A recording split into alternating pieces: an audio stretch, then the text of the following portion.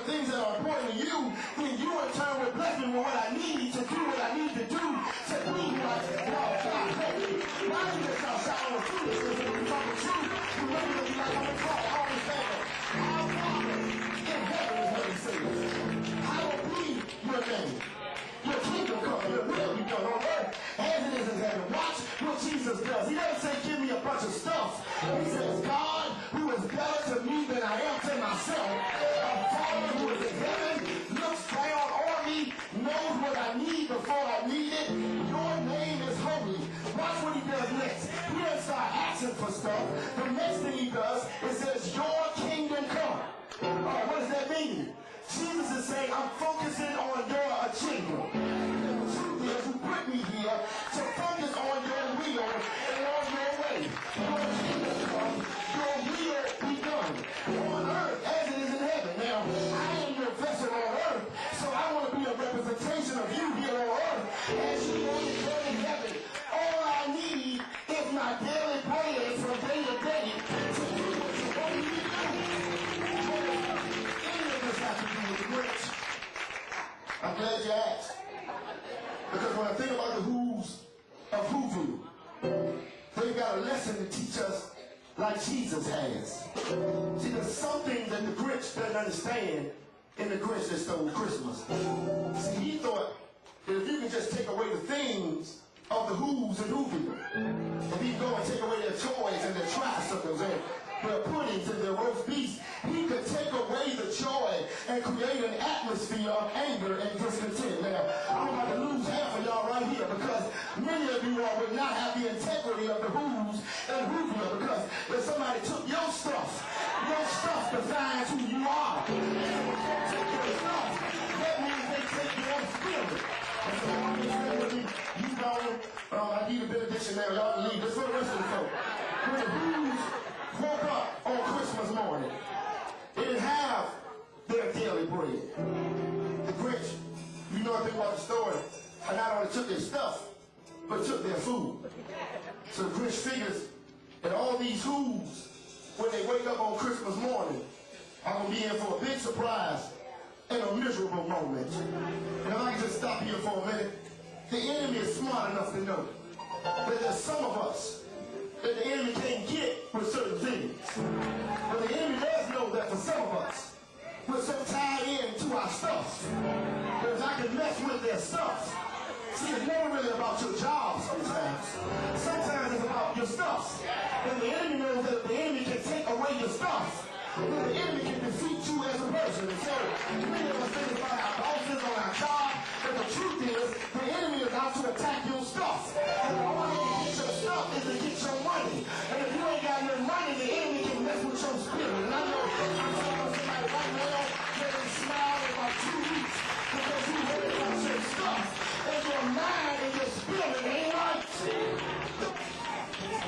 So teach us who's. Instead of crying and wailing, watch what the who's do.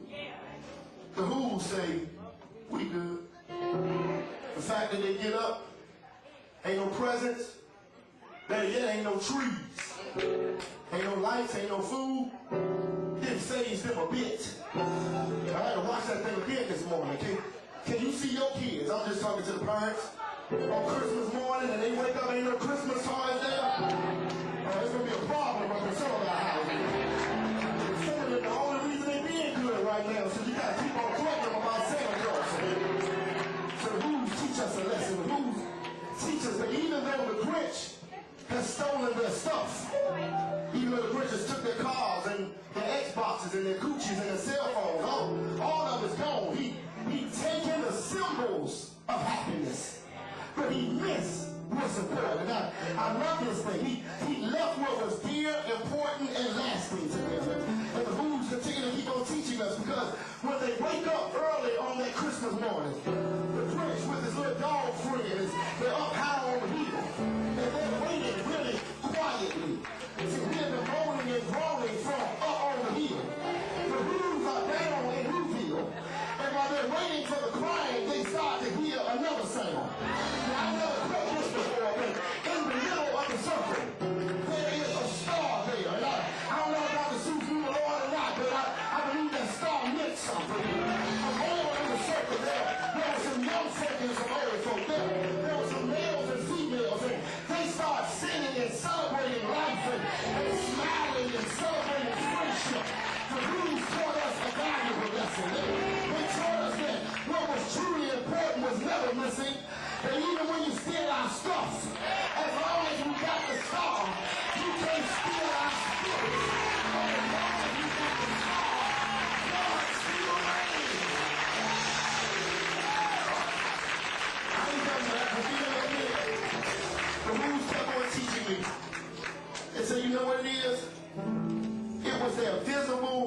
rejection of materialistic values.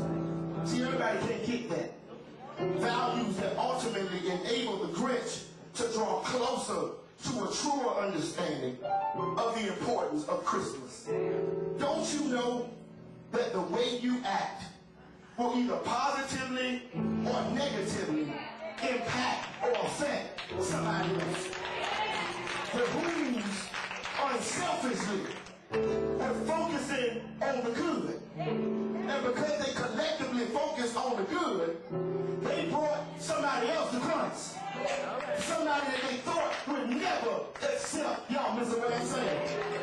I hear the Grinch at the end. He has an aha moment, a come to Jesus moment. He says, maybe Christmas, that's what Dr. Seuss sings, maybe Christmas, he thought, doesn't come from a store. That's what he says. I know y'all remember about Dr. Seuss and the Grinch. He said, maybe Christmas perhaps means a little bit more. And they started to hit me because as they kept on going, they started to talk about how his heart, which was undersized 3 times, started to grow to its original place. Because once the Grinch understood what Christmas was really about, that you can't really buy Christmas in a store. I don't care how many lights, Lord, Santa Clauses, elves, red, green, and white napkins and tablecloths. I don't care how many Temptation silent lights you play. You could not buy Christmas out of the store. The Grinch learned that Christmas was definitely about much more. When I was young, I'm going to be honest, I don't care less about the church and Christmas. I was hyped because I wanted stuff. I learned about Jesus and Christmas because I ain't had no other choice. And my mom was going to make me go to church, but while I was there, I might as well go and try to act like I'm excited about it. But when I grew a little, as I started to mature a little bit more, and I went through some Christmases where I didn't get everything that I wanted to get. The Santa Claus had disappointed me a few times. Where I had wrote my list out, checked it once, twice, and 3 times. Put over it with a fine tooth comb and made sure that I dotted all my I's and crossed all my T's. I sat on his lap and told him exactly what I wanted. But on Christmas morning, a few times I didn't get everything that I wanted. And as I grew a little older, I learned that it wasn't just about St. Nick, but that I was getting everything that I wanted all through the year. And that Jesus Christ heard my concerns all year round. And so when I come to Christmas, I don't just need Christmas Day to celebrate, but that I do it all year around.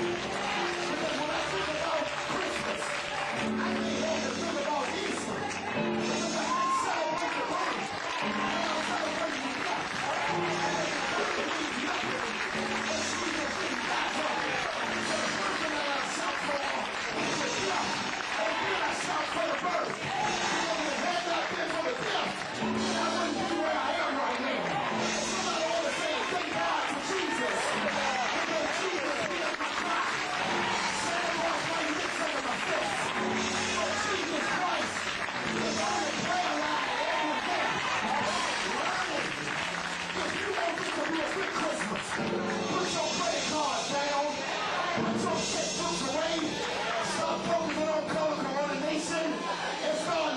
Somebody.